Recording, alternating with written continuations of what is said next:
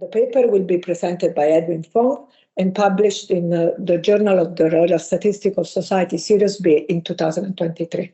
So I invite Edwin. Thank you for the introduction, and thank you so much for inviting me here. I'm really honored to be giving this talk today. As Maria mentioned, this is joint work with Chris Holmes and Stephen, who have been wonderful collaborators, and I look forward to telling you about my work. So I'm going to start off with an introduction on what we think is the fundamental of Bayesian inference. We're going to make a connection between Bayesian inference and bootstrap-like connections. We're going to talk a little bit about related work. Then we're going to dive into extensions of what we view as the generalization of Bayesian inference and go through two really concrete examples where the advantages of our framework are obvious. So currently within the field of statistics and machine learning, it's pretty clear that there's been a large focus on the prediction of future outcomes. There's been a lot of development in machine learning models. However, there are still many settings where we're actually interested in statistical inference on a parameter of interest. And Bayesian inference is one framework where inference on a parameter of theta is of interest, and the usual starting point is the prior distribution, which contains all of our uncertainty. However, in our work, we're going to take a new perspective. We're going to actually start with the predictive distribution, that is the probability distribution of a new data point yn+1, given y1 to n as the starting point for Bayesian inference on a parameter of inference. So to summarize, we're actually going to make formal this connection between Bayesian prediction and Bayesian inference and use this to generalize. So for those who are unfamiliar, this is a slide just to introduce what traditional Bayesian inference looks like. You assume that you have some conditionally i.i.d observations from some sampling density, f theta, subscript the parameter is the one of interest. Then the traditional Bayesian approach would be to elicit a prior density pi of theta, where pi of theta represents all your prior knowledge as well as your uncertainty about this parameter of interest. And then given observations y1 to n, you'll use Bayes' theorem to compute the posterior density, which you use for any kind of decision making, like point estimates and credible intervals. And then, of course, if you're familiar with the Bayesian method, then oftentimes you're interested in this posterior predictive density. So this is going to be the integral of the likelihood over the posterior density, but we're actually going to take the left-hand side as the starting point now. So to begin, we asked ourselves, what is the source of statistical uncertainty? And I think both Bayesians and frequentists can agree that the source of statistical uncertainty is because we've only observed a finite sample y1 to n from some potentially infinite population. What I think we would all agree as well that given this entire population, y1 to infinity, any parameter of interest under some assumptions would be known precisely since you've seen precisely the entire population.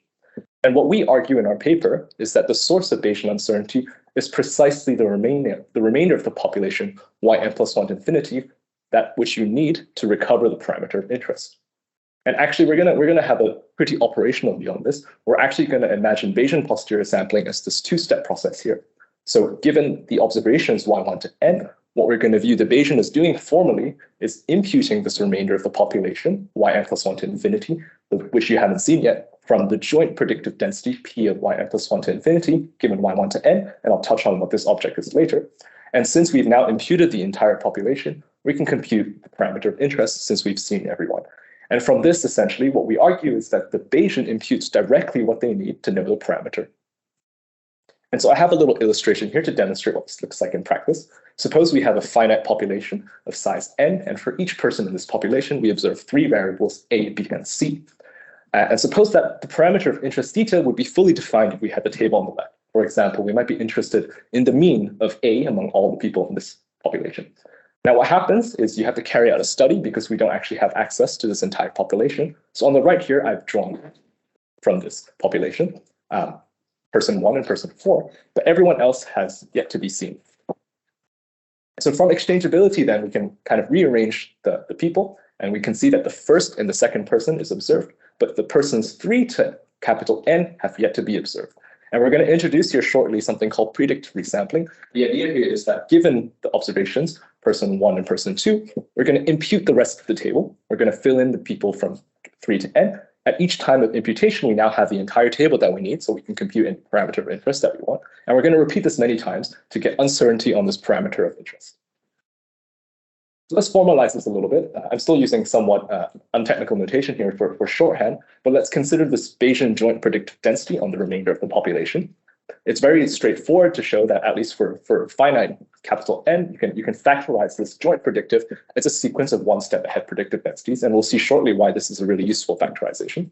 What we're going to do in the first step of Bayesian inference, as we said before, is we're going to imagine either drawing yn plus 1 to infinity from this density, or imagining that there is such a random variable that's distributed according to this. From this imputed population, we're going to compute a parameter estimate. So in this case, I'm going to denote this as theta subscript infinity. This is going to have a distribution conditioned on y1 to n, but it's going to be random because the yn plus 1 to infinity has been jointly drawn from the Bayesian joint posterior predictive density. And the key result that we have in our paper is that within the framework of regular parametric Bayes, Doob's consistency theorem shows us that if we carry out this scheme where we were to impute the joint population from this joint predictive density, then compute some parameter estimates, say with a maximum likelihood estimate, then indeed this parameter theta infinity is going to be sampled from the posterior density. And so for now, it looks a little bit like we've actually just gone a roundabout way. We've defined our predictive as a function of the posterior, but we're going to see shortly why this is actually going to be useful. So I'm going to describe now an algorithm that we call predictive resampling, which has close ties to the bootstrap. We're going to denote p subscript I as the predictive density for yi plus 1 given y1 to I. And what we want to do is we want an algorithm to sequentially draw from this joint predictive density p of yn plus 1 to capital N. And as I said before, this factorization of this one step ahead is going to be really helpful. So algorithm 1 shows predictive resampling. We're going to compute Pn from the observed data, y1 to n.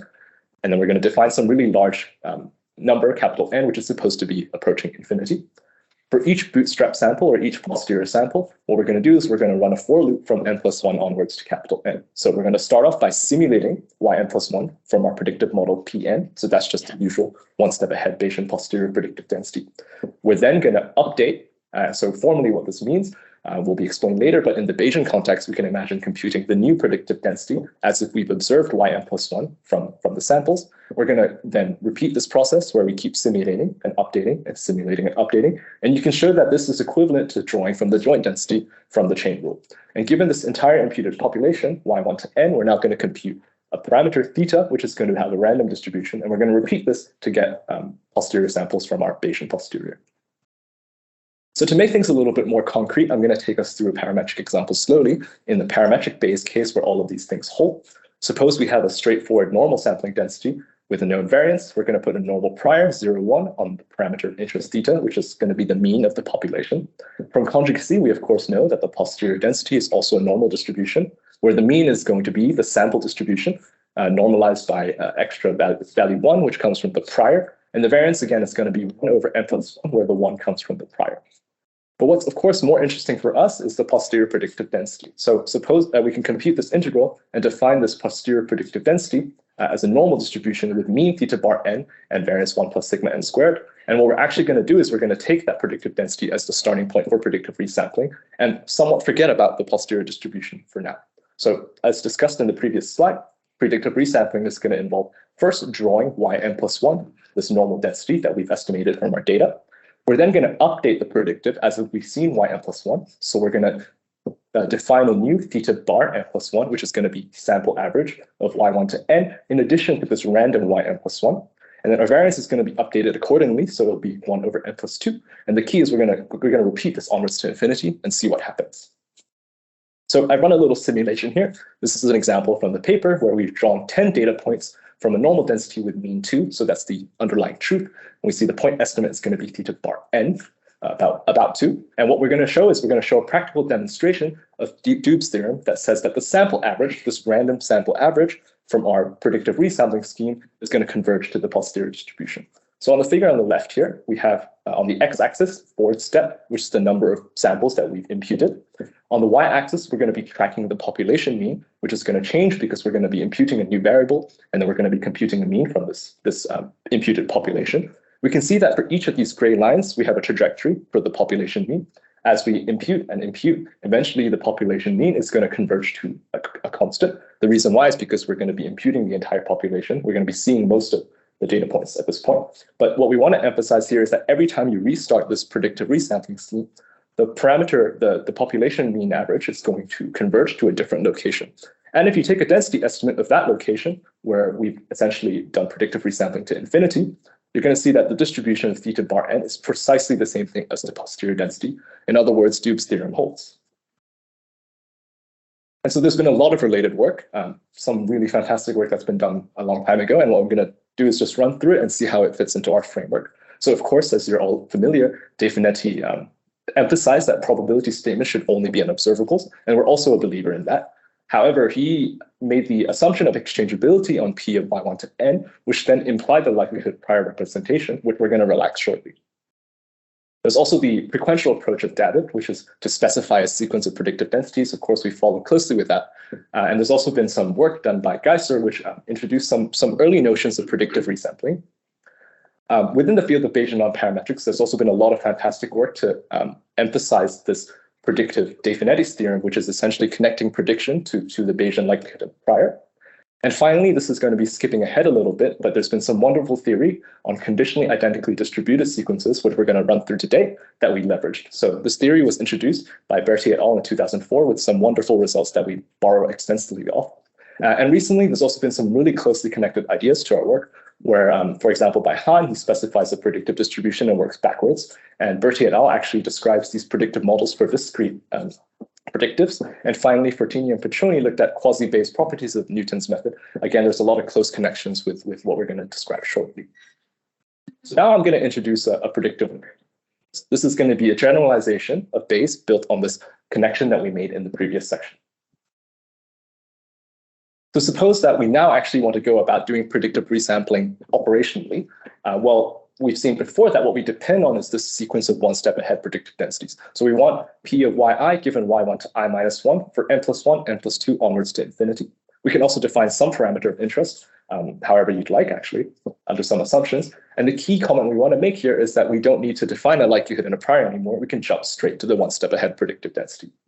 So the first step of our predictive framework is, of course, to predictive resample. Given the sequence of one step ahead predictive densities, we're going to draw yn plus 1 from the predictive. We're going to update. We're going to draw yn plus 2. And we're going to repeat this onwards until we have y1 to infinity, noting that, of course, the first n data points are fixed.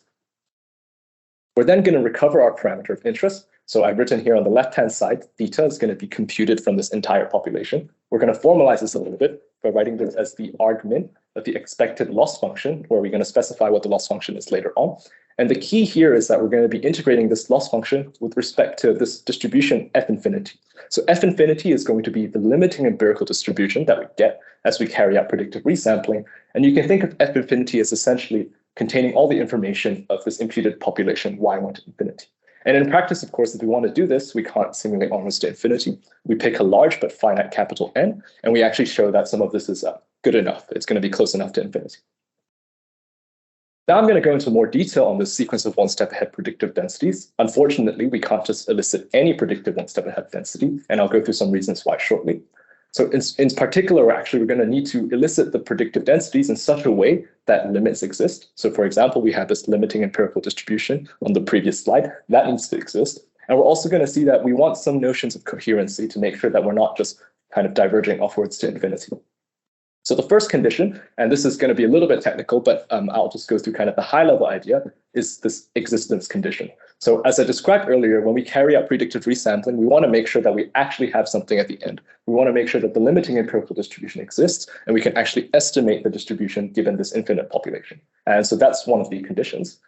The second condition is going to be a little bit more subtle, and I'll talk about this more in the next slide. It's going to be some notion of unbiasedness. So suppose we carry out predictive resampling and get a random distribution at the end of predictive resampling. We want that distribution on average to be equal to the posterior predictive density that we started with. And I'll talk a little bit more about that in the next slide now. And so what's really interesting is that in order to satisfy conditions 1 and 2, having a martingale condition is sufficient. And this martingale condition is going to be on the sequence of predictive densities or distributions. So more formally, what we're showing here is that suppose we carry out one step of predictive resampling, we're going to draw yn plus 1 from our predictive density. What we want here is that when we update p of n to p of n plus 1, on average, all those updates, because of course yn plus 1 is random, on average, those updates are going to give us back to pn. So here we're going to essentially formalize this by saying the expected value of pn plus 1, conditional y1 to n, is going to be equal to pn of y. And the intuition here is some notions of predictive coherence. And so when we simulate from our predictive model, P of n, which we've learned from the data y1 to n, we actually aren't adding any new information. We just want to quantify the uncertainty that we have in our model. We're not actually observing any new data points. Yn plus 1 is only going to be drawn from our model. And so to enforce this idea that we want our model and updates to be coherent, we want to make sure that on average, we're not introducing any bias. And this formal martingale condition is actually really closely connected, in fact, identical to this conditionally identically distributed, or CID condition that's what's introduced in Berti et al. There's a lot more theory that goes into kind of how these things work and the asymptotics, but at a high level, I like to think of it as a notion of predictive coherence, which then gives us some nice asymptotic properties. And actually, formally, Berti shows, and some work from previous authors like Kellenberg, shows that by having a sequence to be CID, this is specifically a weakening of exchangeability and a notion of predictive invariance. So again, it closely ties closely to the notions of coherence in Bayesian inference, but here we're going to be coherent with respect to the observations. The second element of our Martingale Posterior, which is going to be a bit more familiar to some, so I'll spend a bit less time here, is our parameter of interest. We've defined theta as being the argument of this loss function. And one way to think about this is to actually think about the frequentist case where we have some f naught that we're trying to estimate, and theta is going to be minimizing the expected loss function with respect to f0. You can then envision this Martingale Posterior over f infinity as quantifying our posterior uncertainty on this unknown f0.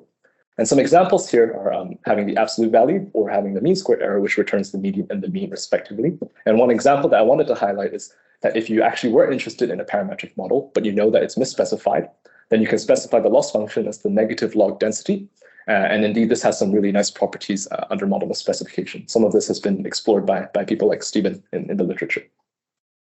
So to summarize, essentially, what we've introduced is a new framework for the Martingale Posterior. We're going to be essentially carrying this out in two steps. We're going to be imputing this yn+1 to infinity from the joint predictive density. This is going to be the most challenging task. We're going to be using this sequence of one-step ahead predictive densities and imputing in a sequential manner. And then given this imputed population, we're going to compute some parameter of estimate theta. And what's really nice about this is I think that this encompasses Bayesian inference. It encompasses non-parametric Bayesian inference and actually allows us to take it one step further. And so as we've seen in the first part of the talk, if you choose the one-step ahead predictive density to be the posterior predictive density, then, and your parameter of interest is theta indexing the likelihood, then indeed we recover theta being distributed according to the posterior when we carry out this joint imputation bootstrap-like scheme. We're going to now talk a little bit more about what happens when you pick the empirical distribution as the predictive distribution. Again, this is going to be quite intuitive. We're going to return something called the Bayesian bootstrap, which I'm going to go through if you haven't seen this before. And finally, the big methodological contribution of our paper is that you can actually elicit a more general CID sequence that doesn't rely on any notions of a likelihood in a prior. And in this more general case, we're going to recover, of course, the more general Martingale Posterior. And we're going to see that in order to do this kind of CID stuff, there's some tricky business we need to do with online updating, but we have a really useful tool called the bivariate copula. But first, I'm going to talk about the Bayesian bootstrap. This has been studied already in the Bayesian non-parametrics field, but I think this new interpretation in the predictive light is really helpful to disentangle what the difference is between Bayesian and frequentist uncertainty. So suppose we elicit the simplest non-parametric predictive, that is the empirical distribution. So given observations y1 to capital N, we're just going to say that the probability of observing a new data point yn+1 is just going to be evenly distributed according to the atoms we've seen. And we're going to define this empirical distribution as the predictive for all the future steps as well. And so if we were to carry out predictive resampling, where we're going to draw yn+1 from the empirical distribution, then we're going to plug it back in, and then we're going to draw yn+2, and we're going to plug it back in. Of course, yn+1 to infinity will only contain repeats of y1 to n. And actually, the formal connection here is that carrying out the scheme where we draw yn+1 from y1 to n and update our predictive is the same thing as the Polya-Ern scheme, where you draw a bead from an urn and then you put it back in with repeats. And we can see here that actually, if we were to look at the limiting empirical distribution, which is going to be the object of interest from which we're going to compute our parameter, the limiting empirical distribution at infinity is going to converge to the weighted empirical distribution, where w1 to n is going to be drawn from a Dirichlet distribution with flat weights. And so essentially what we've done is we've shown that the Bayesian bootstrap from Rubin in 1981 is equivalent to the Martingale Posterior, where we don't actually have to do this board simulation. We know what the limit is in practice. And essentially, if we wanted to do the Bayesian bootstrap within the framework of the Martingale Posterior, what we're doing is we're going to carry out predictive resampling. But in this context, we can just draw n Dirichlet weights and compute the weighted average of these atoms. And then given this random f infinity, because of these perturbed weights, we're going to compute the argument of the loss function, where of course this simplifies to the case to be the weighted sum of the loss functions. Now, the Bayesian bootstrap actually has a lot of nice properties already. It's been shown that the Bayesian bootstrap has really robust properties under model specification. It's also closely connected to the Dirichlet process with prior weight going to 0. But here we've seen that we've actually managed to come up with the Bayesian bootstrap purely from a predictive, intuitive point of view. The Bayesian bootstrap actually has also been shown to be computationally very fast and parallelizable, and it can handle multimodality in some cases. However, because we're only drawing from this empirical distribution, F infinity is always going to be discrete, and it's only going to have support on the data points we've seen. So we're going to see shortly that if we were interested in, say, something more smooth, like the density of our sampling distribution, then the Bayesian bootstrap isn't quite going to cut it. But for now, let's illustrate what the Bayesian bootstrap looks like in practice for those who haven't seen this before. I'm going to have a really simple regression case here. I'm going to simulate 10 XY pairs as shown on the top left in the blue dots. And the parameter we're going to be interested in is the least squared error term for a linear model. Of course, we're not assuming necessarily that this is well specified. Now, in the gray line here, we have the maximum likelihood estimate, or the least square estimate of the line that goes through. And what the Bayesian bootstrap does is it draws these 10 Dirichlet weights, shown on the bottom left. It's going to randomly reweight each of the data distributions. And this can be thought of as essentially carrying out predictive resampling all the way to infinity. You're going to reweight each of the observations and fit a new least squared error line through. And we can see that the red line is going to be jumping about. And indeed, if we look at the joint distribution of this random intercept and this random slope, we're going to get a posterior density on the bottom right. This is going to be the posterior density for the Bayesian bootstrap. It looks very much like a usual posterior density, but has some really nice properties. But now we're actually going to use the Bayesian bootstrap as essentially a starting point, a fair playing ground to compare the Bayesian and the frequentist. So side by side here, I have the Bayesian bootstrap and Efron's bootstrap. The first line is, of course, the same. We're going to estimate the empirical distribution from y1 to n. What we're going to do is for each of the bootstrap samples, we're going to run this for loop. So in the Bayesian case, as I discussed many times, we're going to be running a for loop from n+1 to infinity, where we draw a new data point from the empirical distribution, we update, and we continue onwards to infinity. Whereas on Efron's bootstrap, we're going to be resampling yi star, and we're only going to be carrying out this for loop over y1 to n. And of course, we don't update fn because we're going to be resampling with replacement. After we've drawn these atoms, what we're going to do is we're going to compute the limiting empirical distribution for the Bayesian bootstrap. Whereas on the right-hand side for Efron's bootstrap, we're going to compute the empirical distribution of this newly resampled y1 to n star. But then the rest follows as the same. We're going to compute a parameter estimate from f infinity or fn star. Then we're going to have these posterior samples on the left from which we can compute credible intervals. And on the right, we have these bootstrap samples from which we can construct a confidence interval. And so the connection is super clear when we make this comparison. I just have an illustration, essentially a summary of the two algorithms earlier. But the key highlight we wanted to point out was that if you look at this empirical distribution as the starting point, then the Bayesian considers only uncertainty in what we haven't seen yet, yn+1 to infinity. And we're going to be computing an estimand because we've seen the entire population 1 to infinity when we carry out a bootstrap. On the other hand, the frequentist is going to look at the other side of the population. We're going to consider what other observations y1 to n we've seen. And then from that, we're going to compute our estimator, and we're interested in the distribution of our estimator. So long story short, the Bayesian looks at what we haven't seen yet, and the frequentist looks at what we've already seen. And I think this partition into these two spaces really highlights the difference between the Bayesian and the frequentist. And just to emphasize why this is a fair comparison, both methods only specify the empirical distribution. In the frequentist case, it's an estimate of f0. In the Bayesian case, it's a predictive, but you can also view that as an estimate of f0. We also carry out resampling, but of course the Bayesian bootstrap carries out predictive resampling, whereas the frequentist carries out regular resampling with replacement. And finally, the point we really want to emphasize here is that using this illustration did not facilitate the need for a prior distribution at any point. Of course, there may be an implicit prior distribution because we know this is closely connected to the Dirichlet process, but we haven't used that as a starting point at all. And we still managed to get an equal comparator between the Bayes and the frequentist. So now I'm going to move on to some of the new methodology we've introduced. This is going to be a little bit more technical. I've tried to keep it light and stick to a univariate case. We're going to be relying on bivariate copula updates. Then I'm going to give an example where we can carry out Bayesian non-parametric density estimation without the need to specify a likelihood or a prior in any case. So as I discussed before, the Bayesian bootstrap is super intuitive. This one step ahead predictive distribution as the empirical distribution is really easy to interpret, but we only ever get a discrete F infinity that has support on the data points we've seen before. If we're interested in things like regression, where we know there's some smoothness with respect to the covariates, or we're interested in some density estimation, then we need a more general recipe to elicit a predictive distribution. And so here we've taken a first step at that. We need a predictive distribution, of course, that satisfies the Martingale property. Otherwise, predictive resampling is poorly defined and we're no longer coherent.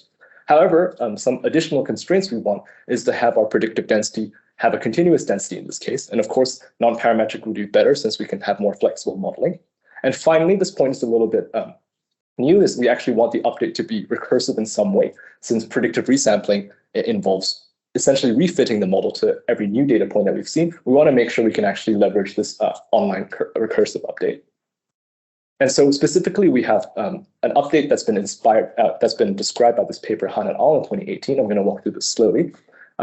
So suppose we stick to the notation again, P subscript I as the predictive density given observations y1 to I. Here, I want to highlight that y is going to be just a test point. So think of y as just some point on the grid.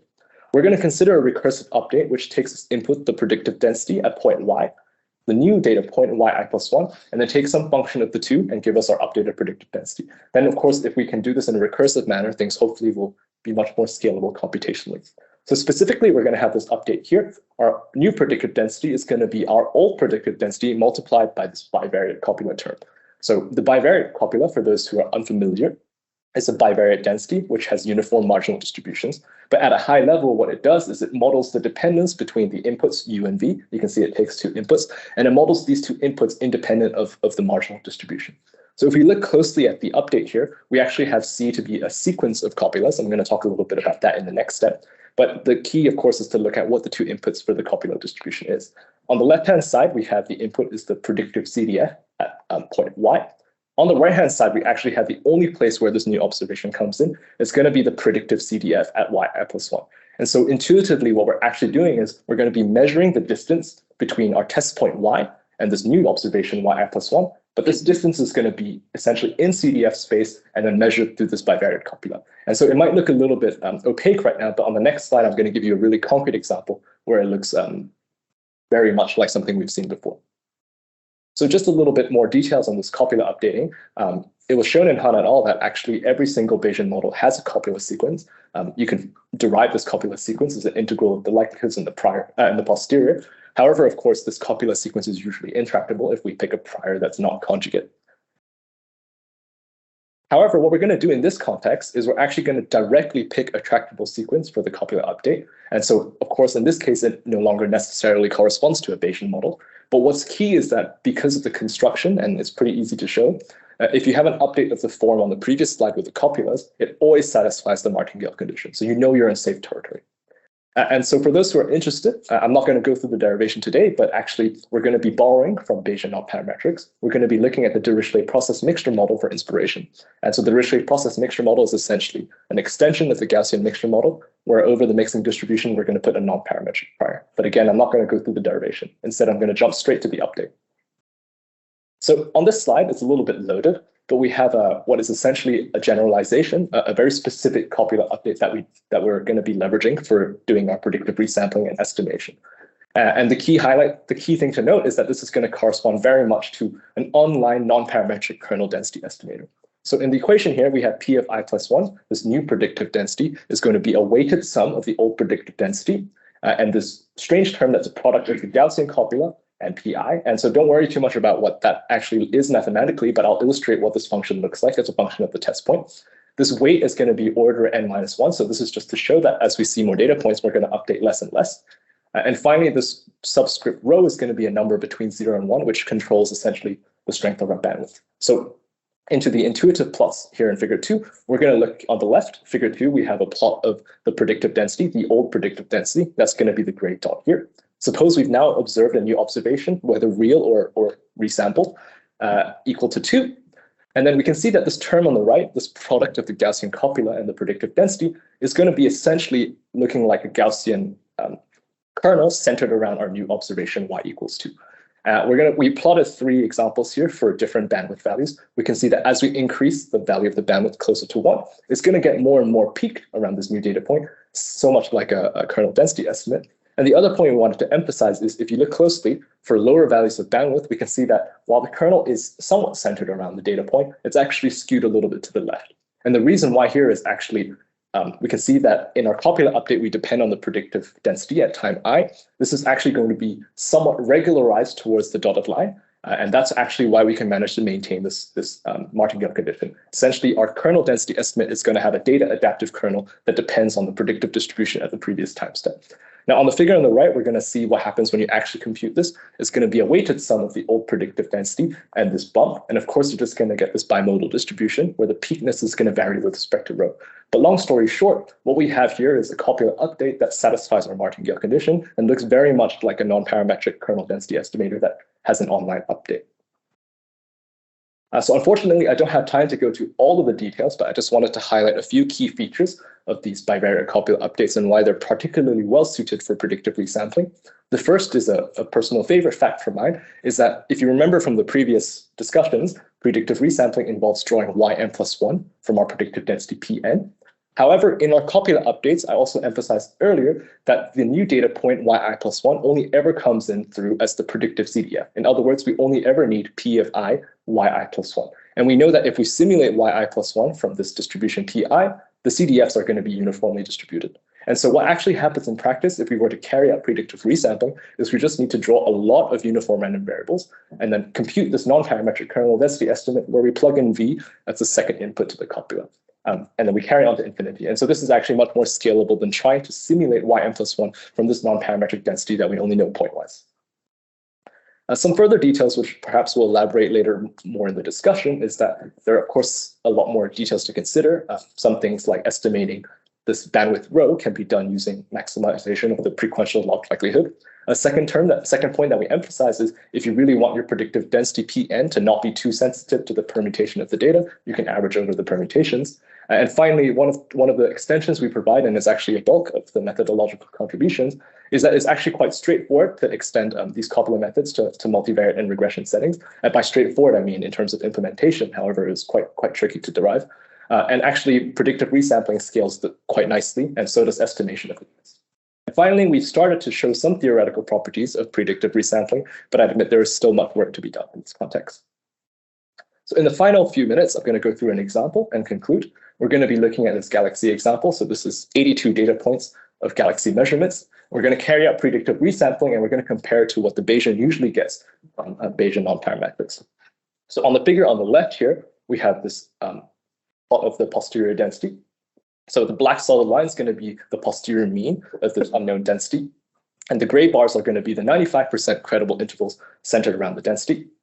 On the right-hand side, we have the same plot for the Dirichlet process mixture model. And we can see here that both the black line and the variance and the credible intervals are somewhat comparable. Of course, they're a little bit different since our models are different. The one thing I wanted to highlight here is that the computational methods are very different between the two. And in fact, our copula methods scale really nicely with GPUs because there's a lot of parallelization that involves, and there's no need for Markov chain Monte Carlo. So in particular, in this case, it takes around 2.5 seconds to estimate our density and carry out 1,000 samples for predictive resampling versus 25 seconds for Gibbs sampling. But of course, this doesn't necessarily generalize to all settings, but in this specific context, it really does shine that the computation is both feasible and really fast. And then going back to an earlier point where we're actually perhaps interested in a low-dimensional parameter of interest, given a Martingale posterior sample of this random density, in this case, it's actually going to be the predictive, but we can think of this as the limiting empirical distribution. You can compute any statistic of interest, and now you're not bound from the fact that F infinity is going to be discrete. Here we can specify things that depend on the continuity. So for example, we might be interested in the number of modes in this galaxy data set. We can see that the copula methods in dark gray is going to prefer 4 modes, whereas the Dirichlet process mixture model prefers 5. And we can also estimate, for example, the posterior distribution over the quantile of this sampling density. Again, we can see that they're similar in bimodal, but the copula method is slightly skewed to the left. So now I'm going to conclude and hopefully summarize some of the things we've just spoken about. In conclusion, our paper introduced some new foundations for Bayesian inference, which we think are both intuitive and fundamental.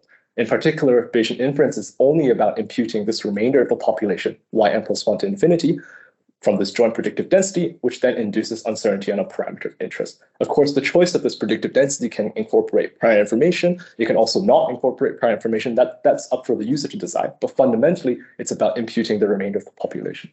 We find the bootstrap interpretation particularly insightful. We can see where the difference between Bayes and frequentis really lies, making as similar assumptions as we can between the two. That is, we base off the empirical distribution.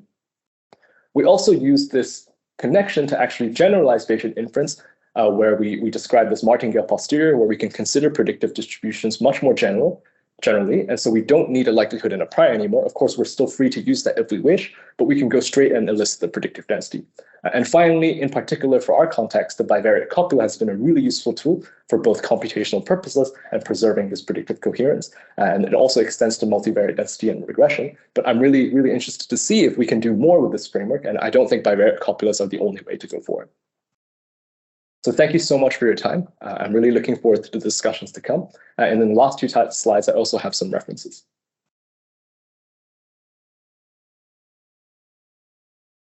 Thank you. I was very much hoping to be present in person today, and that would have solved a few problems, I think. The circumstances have conspired to prevent me from being there, which I'm very sorry about. I would very much like to have heard the presentation face to face, as it were, but it was great to hear it, even if only remotely. And I certainly want to congratulate the authors on a fascinating and very instructive piece of work. I've learned quite a lot from it. I'd particularly like to congratulate Edwin for an excellent presentation. And I have a few points to make. Most of them, I think you will agree, are probably fairly half-baked. Let's go through them anyway. So the approach of the paper, as clearly laid out, is as follows. We start out with some data, n values, y1 to yn from an exchangeable distribution. And then from that point on, we simulate imputed but unobserved values, y little n plus 1 to some large value big N. So we start with some Pn, and we generate a new value from for each value of I, we generate a new value yi plus 1 from pi, which was a predictive distribution for yi plus 1. And then we do some updating, incorporating the new value into the old pi to get a new pi plus 1. We step time up by 1, and we continue till we run out of resources, I guess. And having done that, we have identified a parameter which is regarded as a function of all these future imputed data, or not data, but non-data. There's one very interesting aspect of this which puzzles me a lot, and there's a big difference from standard Bayesian inference. Standard Bayesian inference models the data we do have. This approach seems to model the data we don't have, which is odd, because the actual proposed updates don't actually seem to require that you use the data at all. So what we're doing is modeling fictitious data and not modeling the data we've got. So that does seem to be, let me say, something of a strange way to go about things. And how the real question is, how do we link that to the actual data we do have? So what principles will govern the choice of these updates? And because we've got a variety of things we could do, and are we completely free to choose these without even looking at the data? Don't the data help us to decide how to pretend these future values will arrive? So what's really important here is how we get started. And a little bit was said about this in the paper, but I regard it as essentially the most crucial thing, and I'm surprised how little was said about it. So one thing you can do is you just use the empirical distribution of the data as your predictive for the next value, and there's a very interesting and very, very nice relationship we've heard about to the Bayesian bootstrap. But there's another way, which is also implicit in some of the analysis of the paper, is that we've chosen some sort of update method. And the main idea is to apply this for future data from n plus 1, n plus 2, and so on. But we could actually start it from time 0. So being good Bayesians, we could assess our predictive distribution P0 for the first observation. And then we just use our the same update method for the actual data. Why not? And then instead of plugging in hypothetical simulated data to update, we use the actual data to update. What do we do when we got that? We get a sequence of probability forecasts. P0 is our probability distribution for 1, P1 for y2, up to Pn minus 1 for yn for the actual data we've got. And we've seen the data. The P0 to Pn-1 are constructed on the basis of the data we've got using our update formula, and we've got the y1 to yn. There's no real model that these P's came from, but there is what we can call a frequential model. We can pretend that the y's were generated from those forecast values, forecast distributions. And having done that, we can see, did we do a good job? We can do what we call frequential checks of goodness of fit. And that is basically compare the sequence of P0 up to P1 to Pn-1. Are they a good model for the data you've actually got? And one way, there are many ways of doing this. If they are a good model, then the sequence of conditional probability integral transforms P0 of y1 up to Pn-1 at yn, all of which we can compute. If we look at them, do they look like a random sample from the uniform 0-1 distribution? They should. And if they don't, then we should have some doubts about the update method. If it didn't work for the data we have got, maybe we shouldn't be applying it to simulate data we haven't got. One little point about the relationship with the Bayesian bootstrap. This actually doesn't work for the Bayesian bootstrap. The Bayesian bootstrap, each of these distributions will be an empirical distribution of previous data, and it would forecast the next observation as being one of the values we've already seen, which it probably won't be. And therefore, you'll probably find that this fails over and over and over again. So that's my big question, really, is how we get started and how we check whether we're doing a good thing. Are these updates sensible? How do we relate these future pretend data to the real data, which have almost dropped out of the picture? Here's another question. What is the actual model? The original sequence of data that we've actually got is supposed to be exchangeable. But when we do our sequence of updates for the future non-data, we get not an exchangeable, but a conditionally identically distributed distribution, joint distribution. Well, we still get a limiting parameter, maybe a distribution, maybe a parameter in a different space. And if we condition, we have the sequence of updates gives us a joint distribution for all the data. We can condition on this thing, which lives in the tail sigma field, and we get a statistical model. There exists an implied model obtained by conditioning on the limiting parameter. And my question is, what is it? It's not i.i.d. because we don't have exchangeable distributions. What is it? And I think there was an excellent seminar last week by Sonia Petroni, which seemed to touch on this, and I hope we'll hear more about it. So you don't recover the original model that you think you started with. I'd also like to ask some questions about ways we might go about generalizing this approach beyond the exchangeable setting.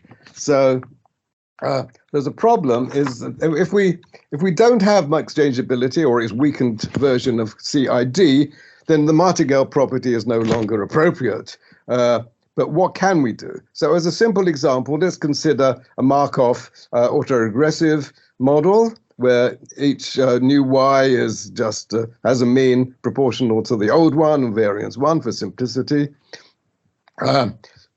You can, for a smooth prior and for for a lot of data, you've got an approximate predictive distribution for the next observation. But although the statistical model is Markov of order 1, this clearly is not, because it involves all previous values. It is only asymptotically Markov. So even though we don't have the Martingale property, it's perfectly straightforward to consistently estimate theta, assuming it has modulus less than 1, so this thing doesn't explode. What's the statistical model? We can estimate theta. If we were conditioned on theta, we'd recover our original model. So we could say, well, if we tried to generalize, what properties of our overall joint distribution or the implied predictive distributions would be consistent with having a Markov model when we condition on the tail sigma field? And in that case, what kind of approximate updates would be appropriate? And just to finish with another idea, which looks a bit like the Markov case, but seems to be quite different. Instead of updating one observation at a time, maybe we could update a pair at a time. Well, as we move one on, we'll obviously already have generated one of these. So it's essentially updating a conditional of one given, each one given the previous observation. We could perhaps apply the conditional method for the multivariate case, which is mentioned in the paper, where instead of where we're conditioning on some external covariate, but now we're conditioning on the previous value. Well, is this going to work? What do we get? Would we get some implied parameter we could use? Will we get a statistical model we could use? Lots of questions. As I said, most of them half-baked, but I've greatly enjoyed an excellent and very informative and innovative paper. I've enjoyed the presentation, and I have great pleasure in proposing a very hearty vote of thanks to all the authors. This very interesting and stimulating paper. I think I found that it was interesting, it was thought-provoking, it was also inspiring. It's an original point of view, and I found there was a lot of interesting examples that one actually should spend some time, and I could spend some time looking at more closely. The question is that I'm worried about is whether this is a very special situation and whether it actually has the universality that you really would like to have for statistical methods. And to do that, to pinpoint that, what I would do is I would just take a look at the standard Bayesian setup. I mean, this is the one that we all know very much, right? We have observables x and y. We have a parameter theta. Sometimes that is just also an observable or a function of y, but let's just have a parameter theta. We specify a conditional model, which is a Bayesian model that specifies the distribution of the random variables of the observables given the parameter. And then we specify a prior distribution, which gives us a joint distribution over both the observables and the parameter space. And then we play the Bayesian game. We can calculate the posterior distribution of theta, that is sort of the standard, or we can calculate the predictive distribution of y, which is, in a certain sense, there's no real difference between the two distributions. It's just a question of which one we name the parameter and which one we name the unobserved and latent data. This is completely universal, and it essentially describes any possible statistical inference problem we can think of without, and it covers essentially everything that we would dream of. Now, in the article, it is specialized very much to the sequential case. That's one thing, but also that it is essentially i.i.d. It's or exchangeable. It is essentially the i.i.d, and it's a very special thing, and they're very simple formulas, not quite as simple as I've got here, which is really the empirical distribution as being the sort of driving force of the predictive model. And I think that, and I just wonder whether the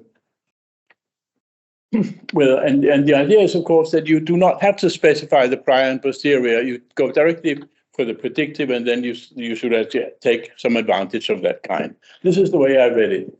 Now, to show an example that is sort of not covered by your framework, but still could be or should be covered by that way of thinking, I sort of went through a little example which I would just repeat for you: the pure birth process. So the pure birth process, and I'm doing it in continuous time. I could do it sequentially, like as you have done in your paper, but I'm doing it in continuous time because the formulas are simpler. So we have it's a population. It's a model for population growth, and at all times when the population has size I, the probability that in the next little time interval a new individual is born is proportional to the size of population. That's a classic pure birth process, and that has been studied extensively in the literature. Now let's do a full Bayesian, because here's the parameter lambda, which is really the birth rate, and let's just do a full Bayesian specification, give it a prior, and I've just take the exponential with parameter 1. And that's, before we go, I just some facts. and I would take them. I have a reference for an article from Niels Keiding from 1974 in Biometrica. And let's just sort of do some facts on how does that birth process behave. It certainly doesn't look like anything like i.i.d. because it tends to explode because the population grows and grows. Furthermore, we consider we observe x on an interval from 0 to t. You can do it discrete points if you want to make life difficult. And then we have, first of all, we have this thing w, which is a kind of a parameter. This is a function of the data, if you like. If you take the limit of the process multiplied by the, divided, if you like, by the exponential growth function with the random parameter, then that gives us almost surely a random variable w, which I will get back to in the interpretation of in a moment. It also, conditional on lambda, the w can be proved in this context to be exponential with parameter 1. So lambda and w are independent. So this is just sort of a fact. Also, if we now take s of t, where s of t is the integral under the curve. So we're looking at this, the birth process, and it sort of goes in step, and we're looking at the area under the curve. The area under the curve, normalized in the same way by the growth rate, turns to w divided by lambda. These are just some facts that I need in the what comes after. Now, conditional on that w, the process actually behaves like an inhomogeneous Poisson process. So it actually simply it's a Poisson process with an intensity that grows exponentially, and it's w. And this is a very old hat, proven many years ago. And I've just given these references. They might not be the first original ones, but this is described there in quite detail. So the point is that the logarithm of the population size, the logarithm of xt, grows roughly according to a linear growth and an intercept. So it's the logarithm of xt is roughly lambda t plus an intercept, and the intercept is determined by w. So if you sort of take a look at the sample function and take the logs, you would see sort of it goes up and sort of wiggles a bit, and suddenly it starts going very deterministically and linearly off. And that line will have an intercept with the x-axis, right? So this is the one. Now, how does the likelihood look like? And likelihood here is the likelihood function, not sort of density. Let's just look at that.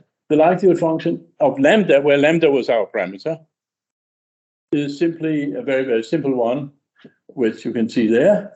The likelihood and the maximum likelihood estimate, which is a very simple one. Again, it's just the increase in population size. Remember, it starts with x0 equals to 1, so it's the increase in population size divided by that area. You could also consider w as a parameter, because w, if you want a full description, predictive description of how this process behaves in the long run, you need both w and lambda. So you could also condition on w, and then you get a different likelihood. And that one is a bit more messy. Yes, it's more complicated, and actually, the maximum likelihood estimate, for example, if that's what you're after, it does not necessarily exist. The point is that, in principle, anything that goes like that should go up exponentially.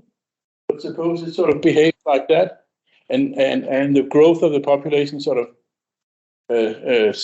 fades out, then you will have trouble actually finding the maximum likelihood estimate. This is other cases. In any case, whether we do one or the other, the pair of the last observation and the integral under the curve are the minimal sufficient statistics.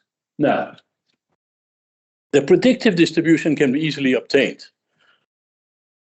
And here it is. So this is the predictive distribution for the next, if you like, value of xt and st and the integral. And it looks like that when you have conditional lambda, which is the, if you like, the standard way of expressing it. But since now I have given lambda a prior distribution, and I would look for the Bayesian predictive, I have to integrate out the lambda, and here it is. It's sort of a combination. Of course, it's a density with respect to counting measure for the size of the population, and a Lebesgue measure for the integral, which could be anything continuous. And the point is here that it's quite simple in a certain sense. So you can do now the predictive game. And of course, it defines a martingale posterior in exactly the way that, not in exactly, but in the spirit of your paper. Now, I just say that a martingale posterior, it might sort of be a very catchy name, but the point is that the posterior distribution of in any Bayesian sequential updating scheme is always a martingale. That is actually the coherence of the Bayesian updating. So any posterior sequence is a martingale. It's not something that is special. And one can do that. Now, if you now would want to analyze the birth process in the way presented in this paper, what you would do, you would probably simulate, and this predictive distribution that I wrote up is easy to do a simulation from.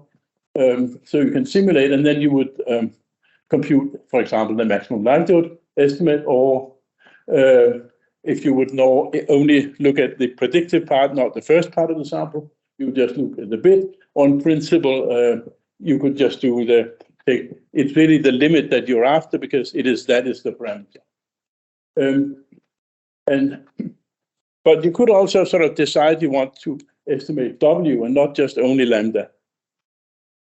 And if you now extend the model to allow negative values, you could also think of an inhomogeneous Poisson model, which allow a population that dies out. W and lambda are functions of the infinite sample, but only if lambda is positive. So W it's not just lambda that is a function of the infinite sample. W is as well, but not if the growth rate is negative. So if you have extended the model to growth rate negative, then you need to do something else. But otherwise, you would get sort of a standard extreme point model. And the problem is that I see, apart from sort of the standard concepts that you have introduced in your paper, is go directly through here, say for the c.i.d, because there's nothing to do with c.i.d. But it has the martingale property, it has the martingale posterior, it has everything else. But and you could also do your simulation and prediction game exactly as you did here. But it's very hard to see how you would actually come up with this predictive distribution without going through the very smart way that the Bayesians do. Put in a parameter, compute the posterior, and I'm just wondering whether, in fact, it is an advantage to actually simulate directly from the posterior rather by the sequential updating scheme just provide. And this is sort of the point that I would like to make. And I think this should be some of the references that I'm referring to. Thank you.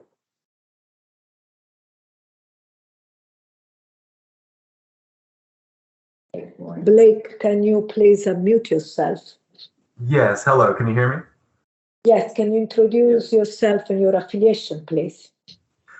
Yes, I'm Blake Moya. I'm a graduate student at the University of Texas at Austin, and I have worked with Stephen Walker over the years that I've been in Austin so far.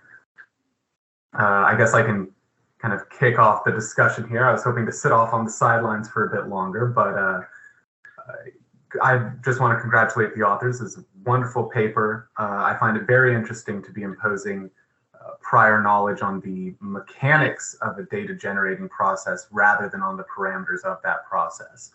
But what I'm mostly interested in is the parallelization that comes with these predictive resampling schemes, and the fact that every individual sample can be taken in parallel, especially with the copular resampling method, where it can not only be parallelized over each individual sample, but also over each grid point on which that distribution is evaluated. And so as someone interested in parallel processing and parallel computing, I have written and implemented some codes for these samplers, and have found that when compared to the marginal Dirichlet process sampler of, say, Escobar and West, that copular resampling can reach speeds of 20 to 30 times faster, depending on the size of the sample that you want to take, over only 6 parallel threads on a CPU. And we did hear Edwin say that this is well suited to GPU scalability as well. I did also test and prepare GPU core code for NVIDIA CUDA for copular resampling, and the speeds, I think the academic word is breakneck. You really can accomplish a lot very, very quickly. And so I'd like to share this code, and I've published it on CRAN under the name COPRE, C-O-P-R-E, for copular resampling, if anyone would like to do their own tests and study with it themselves. Try to save people some time on writing it.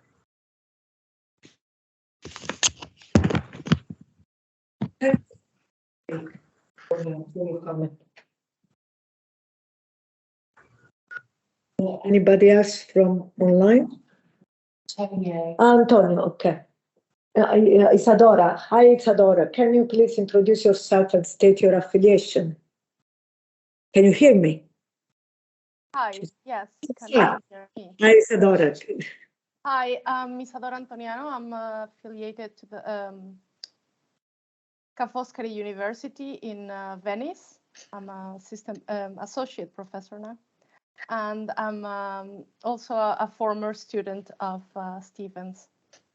So I'm not sure what I'm going to say. It can be counted as a discussion, but I have sort of a question, I guess.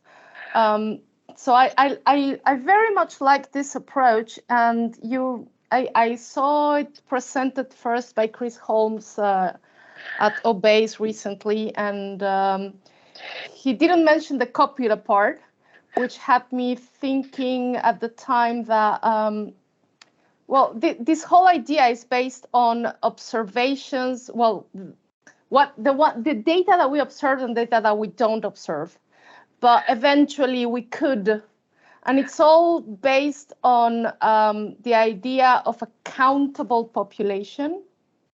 So if what we cannot observe is uncountable, sort of like in a continuous setting, what I guess would happen is we can never get to observe that. So we can never get to estimate the smoothness of a function, for example, if we're thinking about a regression, or even in the univariate setting, we can never really truly observe if a distribution is continuous.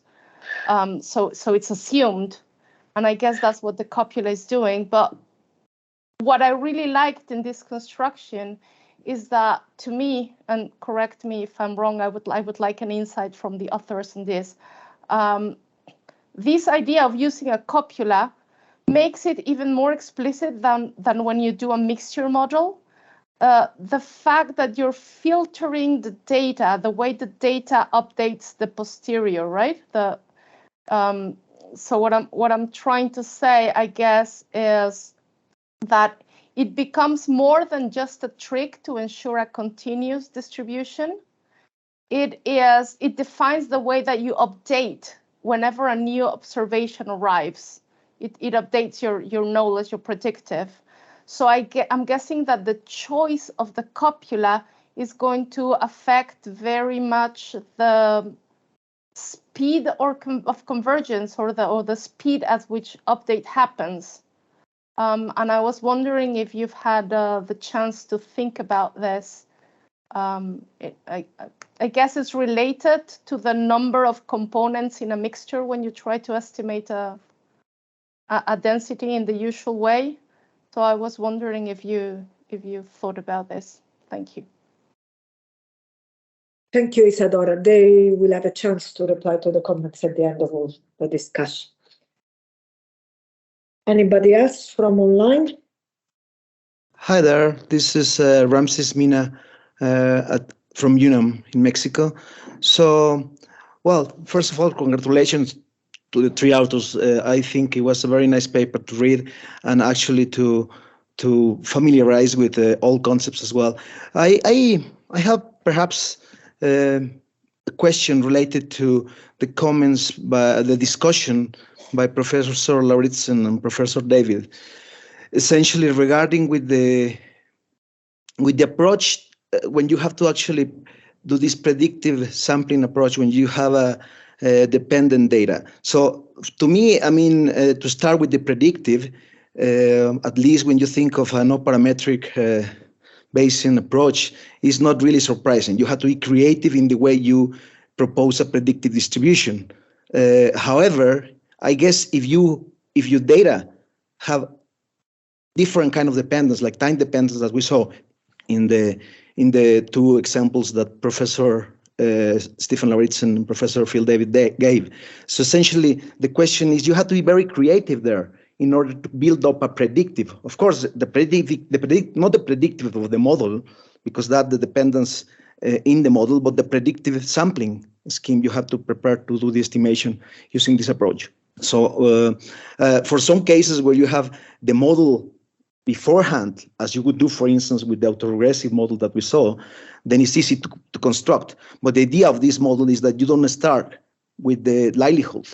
So how would you actually overcome that? So that's the question I have. Congratulations again. Thank you. Thanks, Ramses.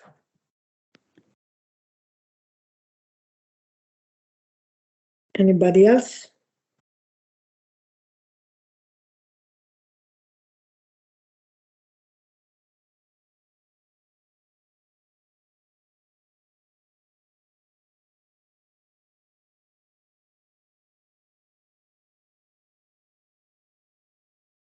Anybody?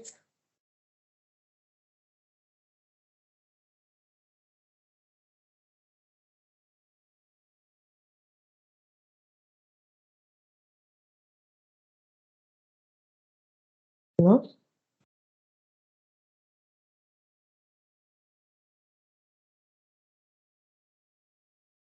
Okay, then I will invite Heather as secretary of the section to read the following written contribution from Bertrand Clark, University of Nebraska-Lincoln, David Russell, Università Pompeu Fabra, Jackie Gu and Guo Sheng Hin, University of Hong Kong, Pietro Rigo, University of Bologna, Colin Ray, Imperial College London, and Boton Saso, Bocconi University, and finally Ben Swallow, University of St. Andrews.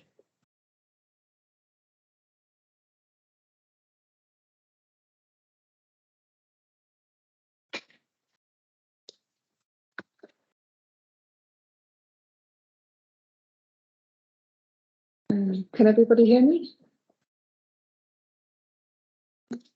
Indicate if you can't.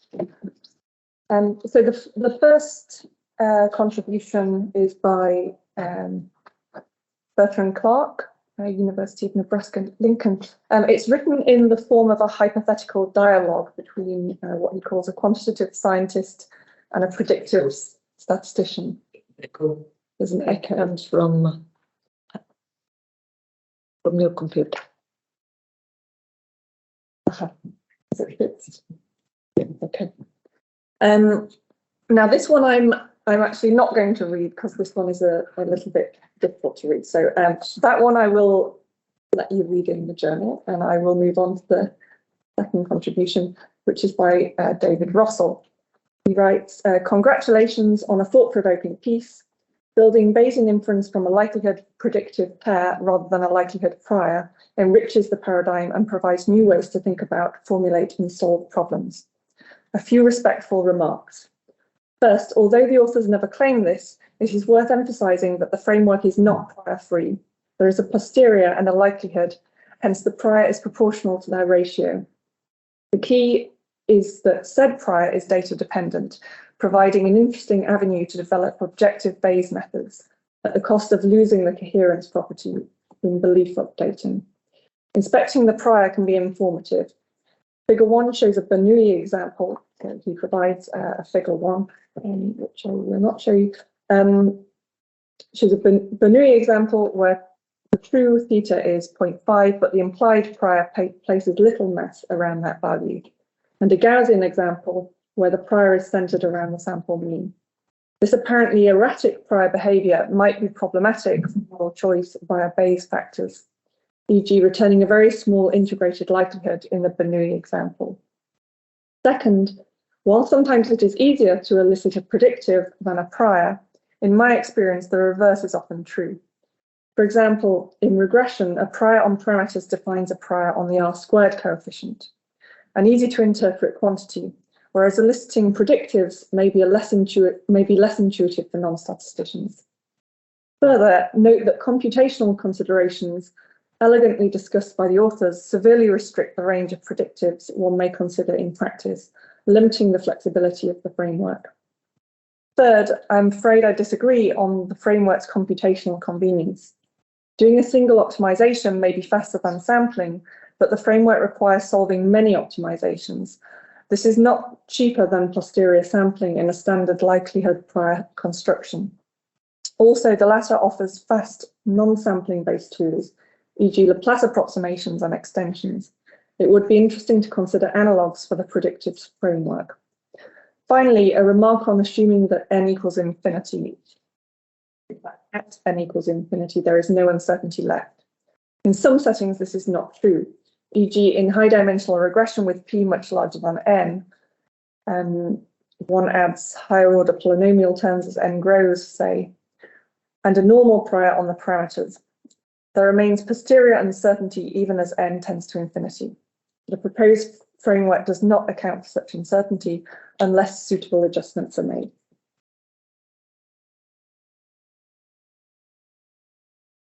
The next discussion is by Jackie Gu and Gusheng Jin from University of Hong Kong. They say, we congratulate the authors for their thought-provoking paper, especially in three aspects as follows. Instead of imposing a prior on the parameter theta of a likelihood function, where both prior and likelihood are elicited subjectively, the authors propose the framework of Martingale Posterior to directly model the predictive, for which only the prior predictive needs to be specified. As a result, Bayesian inference can be considered on any parameter or statistical functional of the true sampling distribution. Second point, as the hyperparameter rho of the copula is chosen in such a data-driven way that the prior predictive fits the observed data by 1 to n well, the impact of the initial guess for the prior predictive on the predictive can be adjusted properly. Third point, unlike existing MCMC methods which generate autocorrelated posterior samples, the proposed predictive resampling algorithm is GPU friendly and parallelizable. Thus, independent posterior samples can be obtained for inference, leading to improvement of both computational. The proposed Martingale framework, we believe, has the further potential in several directions. So the several directions. First point, in multivariate density estimation, the authors considered the Dirichlet process mixture model, which can be represented as a Chinese restaurant process for recursive updates of predictives. Analogously, Indian buffet process, another commonly used framework in Bayesian nonparametric, can be considered to derive predictive updates for factor analysis. So one example is the latent feature model. As traditional MCMC methods involve cumbersome good sampling of an infinite sparse binary matrix, it is expected that incorporating predictive resamples could improve efficiency on inference of latent features, while the main difficulty lies in deriving the update rule for the predictive density. Second point, because variable selection can generally improve statistical efficiency of regression analysis, it is of interest to investigate how Bayesian variable selection can be conducted with control of the Bayesian false discovery rate under the framework of Martingale Posterior. And final point, although the default choice is suggested for the initial guess of the prior predictive, it is possible to leverage some information on the observed data to initialize this object, similar to empirical Bayes methods. This raises a question on how the Martingale Posterior connects non-parametric empirical Bayes, which also estimates the prior require from the data. Okay. The next contribution is from Pietro Rigo from the University of Bologna. He writes, "This paper is really interesting and offers a number of intriguing hints. Here I make a few isolated remarks without any claim of being exhaustive. One, I would give more emphasis to the UNESCO Posterior theorem, or referred to as i.i.d from here on. Now, this theorem is quoted only in passing, but it is the cornerstone of this paper. By i.i.d, the distribution of y1 to infinity is completely determined by the assignment of the p's and the sequence of pn's. Exploiting i.i.d has at least two advantages. Firstly, the first part of the paper can be made shorter and clearer. Secondly, relying on i.i.d makes transparent that in general, to introduce the problem investigated in this paper, there is no need for any distributional assumption on y1 up to infinity. In particular, y1 to infinity need not be exchangeable. Exchangeability should be assumed if and only if the inferrer feels that it is reasonable for the specific data at hand, which is true in some problems but false for others. As regards this paper, the only advantage of exchangeability is that the distribution of y1 to infinity can be assigned in two ways, by the usual likelihood prior scheme, thanks to De Finetti's theorem, or via i.i.d, selecting the sequence of pn's. These two routes are equivalent and both determine the distribution of y1 to infinity. Hence, it is obvious that predictive resampling is identical to posterior sampling for exchangeable data. I realize that the existence of these two routes is expository useful, but I don't see any other general reason for assuming exchangeability from the output. C.E.G. Bertie et al., 2021-2023. Suppose that the distribution of y1 to infinity is assigned via i.i.d, but for some reason y1 to infinity is requested to satisfy some distributional assumptions. For instance, y1 to infinity is asked to be exchangeable or c.i.d, or stationary, and so on. This puts some constraints on the predictive distributions. The problem arises, is it possible to characterize a distributional assumption on y1 to infinity in terms of the Pn? This issue has been addressed in some cases, exchangeability and CID, but not in others, stationary partial exchangeability. See Bertie et al. 2021-2023 and references therein. And the third point that is raised, the information at time n is usually larger than the observed values y1 to n. This could be modeled by introducing a filtration such that the sigma algebra generated by y1 to n is contained in this filtration and defining Pn in terms of this filtration. Read it out explicitly. Such a generalization should have little cost, as most results on CID sequences work for arbitrary filtrations. And then the final point, he writes, most probably I've missed something, but I have some doubts on section 2.4.1. It is obviously tempting to assign Pn as the empirical measure, but it does not work. In fact, if Pn is the empirical measure for every n greater than or equal to 1, one obtains the trivial sequence yn equals y1 almost surely for each n.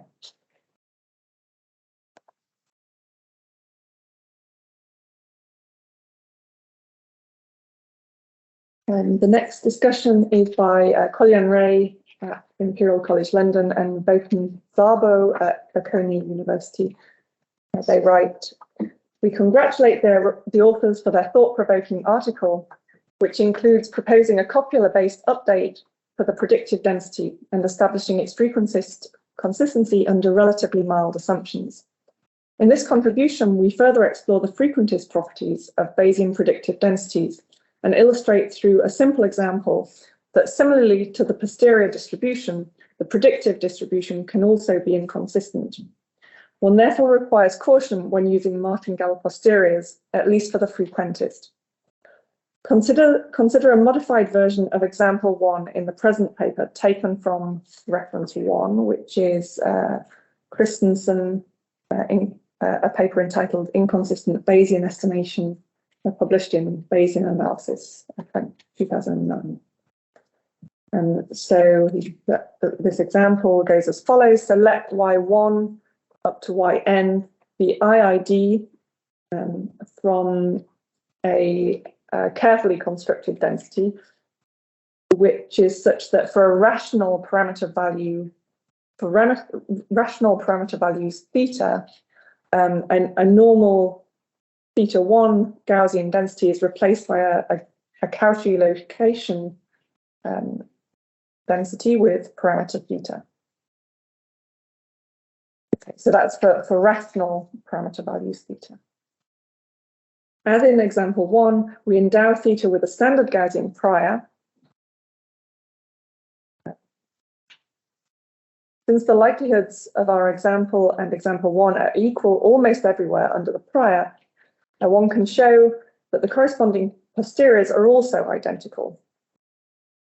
Similarly, the posterior predictive is given by it's a normal with posterior mean theta n bar, posterior variance sigma n squared bar plus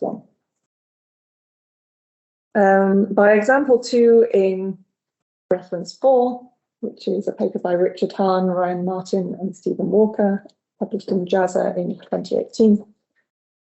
The predictive updates can thus be characterized with a copula with correlation parameter rho n equal to 1 over n plus 1. However, for any fixed rational value of theta, which forms a dense set in the parameter space R, real line, the data is Cauchy. The posterior is thus inconsistent for any rational true value of theta from the rationals. And the predictive density differs substantially from the true Cauchy density, even as n tends to infinity. Following the notation of the paper, this procedure cannot consistently recover theta infinity, even though this parameter is fully defined by the infinite observations y1 to infinity. Of course, this example does not contradict theorem 7 in the paper, as the assumption that the infinity norm of f0 over p0, upper bounded by some value b, does not hold when f0 is Cauchy and p0 is Gaussian. In this simple example, the discontinuous likelihood function causes the posterior inconsistency, which in turn implies inconsistency of the predictive distribution. The issue is that the above approach only works for parameter values in a set of prior probability 1. However, prior null sets can be very large if not judged from the prior perspective. This problem becomes more pronounced in non-parametric models, where the set of parameters over which the posterior is consistent can be topologically negligible compared to those where it is inconsistent. See the classical results in reference 2 and reference 3, reference 2 being Diaconis and Friedman, reference 3 being Friedman and Diaconis. The first one was 1986. Okay. This in turn results in predictive distributions not resembling the true data generating distribution.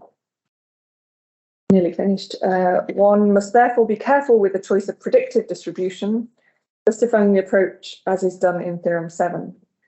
We second the author's view that it is of interest to derive new conditions analogous to the Kullback-Leibler property in the classical Bayesian setting, which yield consistency and ideally minimax concentration rates.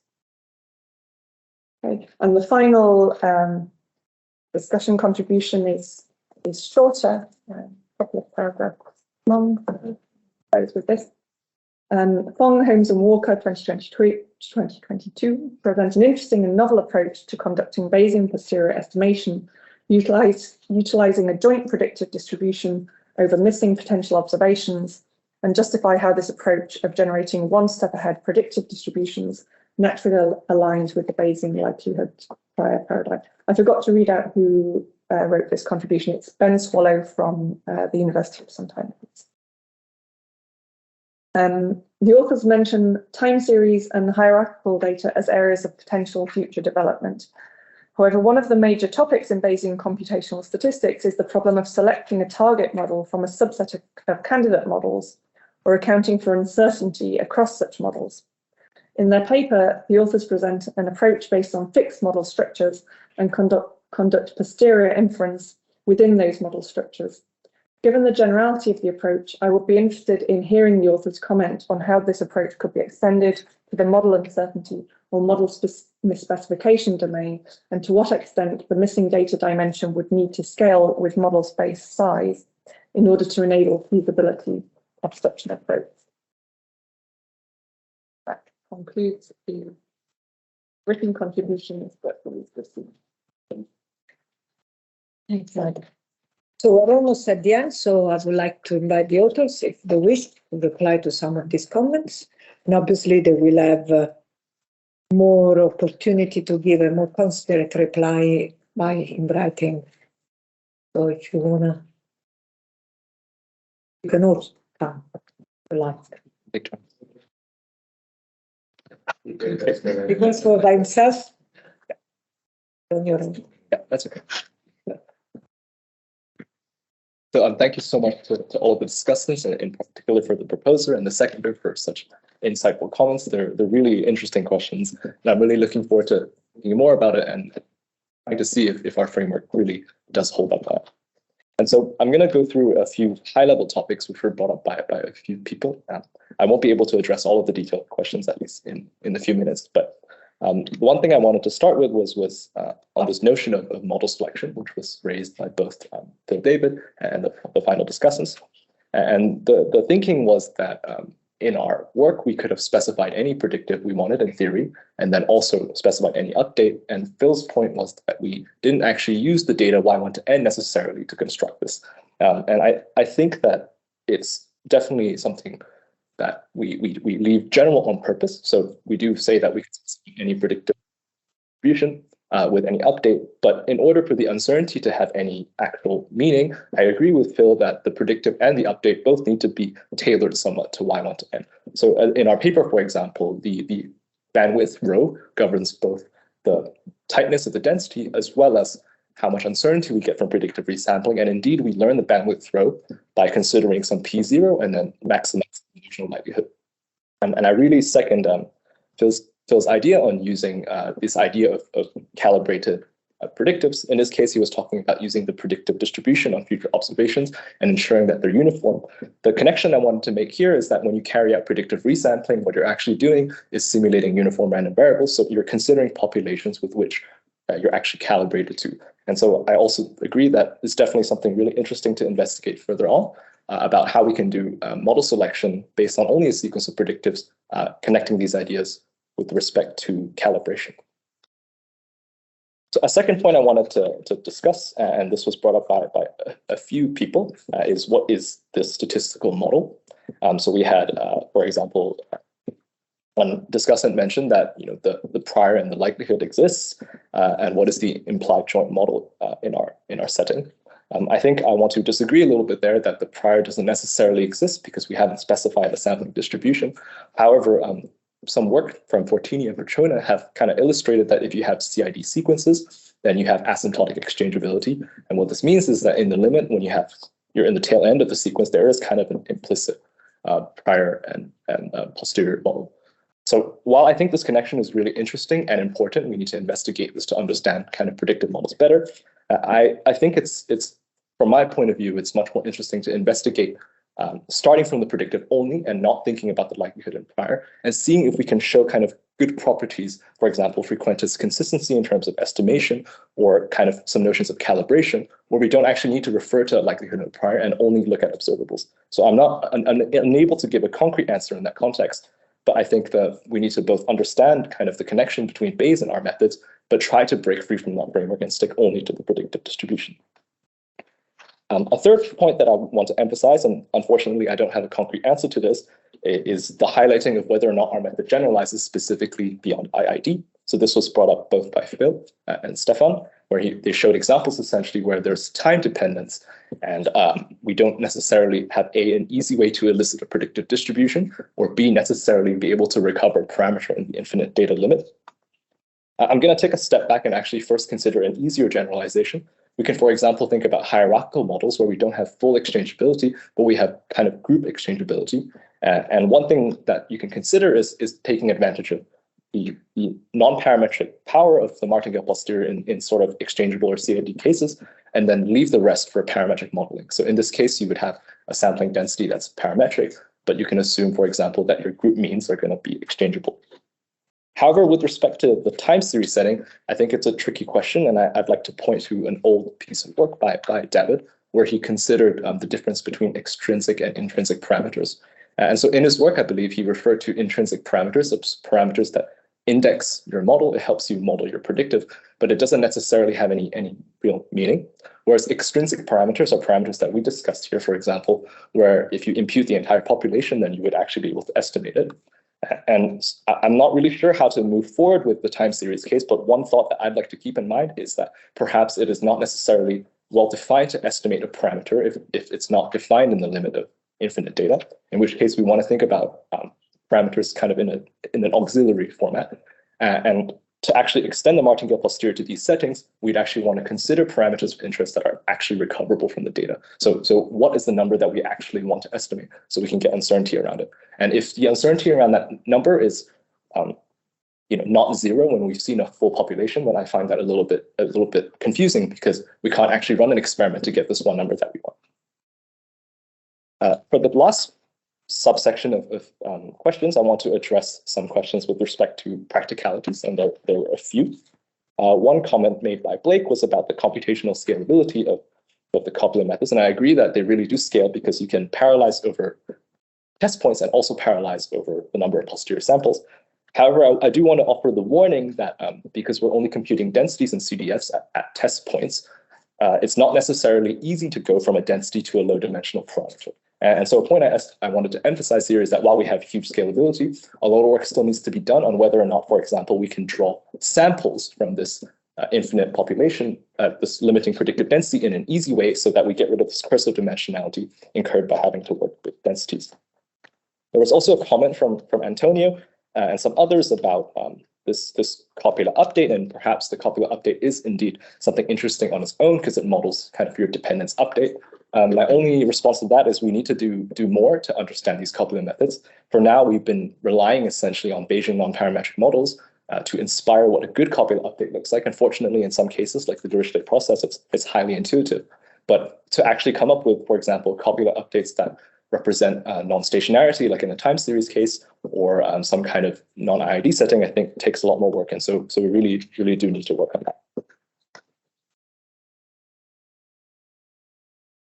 A final comment I wanted to make was with respect to the existence of a prior distribution. So in this case, we started off at P0, but in our work, we actually can say that we specify a sequence of predictive starting at time n. So this is particularly addressing the question from Rico, where he commented on the empirical distribution not being well defined for P1 necessarily. I think we do really need to think about this in two ways. One is whether or not we need a P0 to exist in the first place. And if we don't, then we can just go with the predictor. So thank you so much to all the discussants. I'm really grateful for all of your wonderful comments, and I look forward to thinking more about this. I'd like to invite Chris and Stephen if they have any additional points. Okay. Thank you.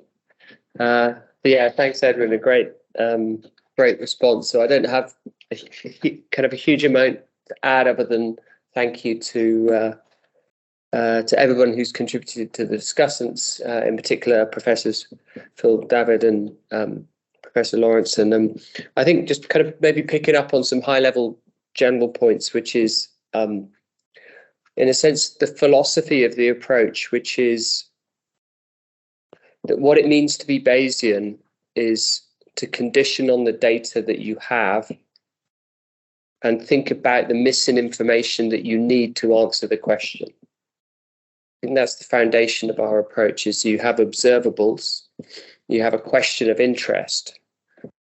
Think about the missing information that you need in order to answer that question of interest, and then simulate it. And the way we simulate it is from a predictive distribution that computationally, rather than having to think about defining a full joint, we factorize it into this single, predictive and an update. And there's some things that changes. So in many ways, it changes the approach to a more kind of an S-demand approach, which is thinking about the target that the question. Whereas we know conventional Bayes is kind of separates out the decision process from the modeling. You're kind of agnostic to what you're trying to learn about. You just, you build a joint model, and then any question that you wish to ask is contained in that model. And I think one thing about the Martingale Posterior approach is it allows us to put the S-demand kind of front and center. Think about what you're trying to learn about, then think about the missing information that you need in order to answer that question. And so I think that ties into people are asking, some questions that came up about what is the model. You'd say maybe we would start with what is the S-demand, what is the missing information, the information that you would like but you don't have, in order to answer that. I think some questions that came up about parameter spaces that grow and identifiability with the size of the data. I might argue that this approach is kind of interested in being explicit about things that are identifiable. So if one says, well, given an infinite amount of data, there are still some aspects which are not identified, you could argue that those are unscientific, because assumptions about aspects of data, about aspects of models which are not identified with infinite amounts of information can clearly be false but unfalsifiable. So there's something interesting there that says, well, we can separate out those questions which are answerable through infinite amounts of information, and things that are not answerable using infinite amounts of information are somehow contained in priors which lie outside of, that are non-identifiable aspects. I think that was it, but thank you. Sorry to do this in parts, but it's probably best. Again, I'd like to just add my thanks to everybody, all the discussants, for being here and for reading the paper, I presume. And thanks very much. It's for the RSS to host us.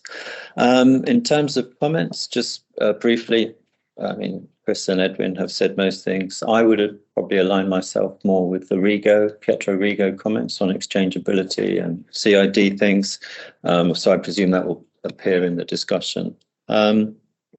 My simple viewpoint is that we kick it off with a density estimator. The word predictive is more akin to the Bayesian terminology, but if you exchange Bayesian predictive with density estimator, they're both doing the same thing. We can start with a density estimator and do the same thing according to Doob. That is, get the next step sample update, next step sample update. As long as we have a density estimator for all possible sample sizes and data, we get the uncertainty by generating that joint distribution of what's missing. The statistics and the hard work, I agree, it's in the construction of the density estimator. That's where you put your efforts, because the rest is just then accounting for the uncertainty that's a consequence of that. So I think a lot of labels are getting thrown around, and they can get mislead because you associate a label with something specific. So I would use density estimator more than the word predictive, but in that case, I think we sort of have some slight disagreements here. And the work can be extended, because if you say, well, actually any data structure can fit in, as long as I have a density estimator for the next observation, which is what a density estimator is, you're up and running. It doesn't matter what data structure you've got, your obligation is to find a density estimator, and you can implement the idea. And it sort of contrary to Rigo, I believe it's more Doob. It's more of a Doob idea. He just needed, and the reason for the martingale is because all Doob actually needed was a martingale. He didn't need anything more. He just needed a martingale, and he got the results. Okay, the exchangeability is a little bit more than he needed to actually get a posterior distribution. For them to coincide with the thing you started at the beginning, you had the exchangeability, but to get a posterior, he just needed a martingale. That was it. And the idea of exchangeability is that, oh, well, it keeps it tidy with this prior thing you had at the very beginning. Makes it all nice and tidy, but probably not necessary. Thank you very much. Really, thanks very much. I would like to thank the authors again for a very interesting discussion. And this brings us to the end. We have another discussion meeting at the end of May, which is the 23rd of May, and promised to be another interesting discussion. We are expecting to arrange at least one more meeting for in the spring. You can find all the details about upcoming discussion meeting on the RSS website. And if you have any question just about discussion meetings and things like that, just write to email journal@rss.org.uk. And thank you for participating in person and online. And hopefully next discussion meeting we won't have a train strike. So it's going to be on So thank you again to everybody, to the discussant. Also a big thanks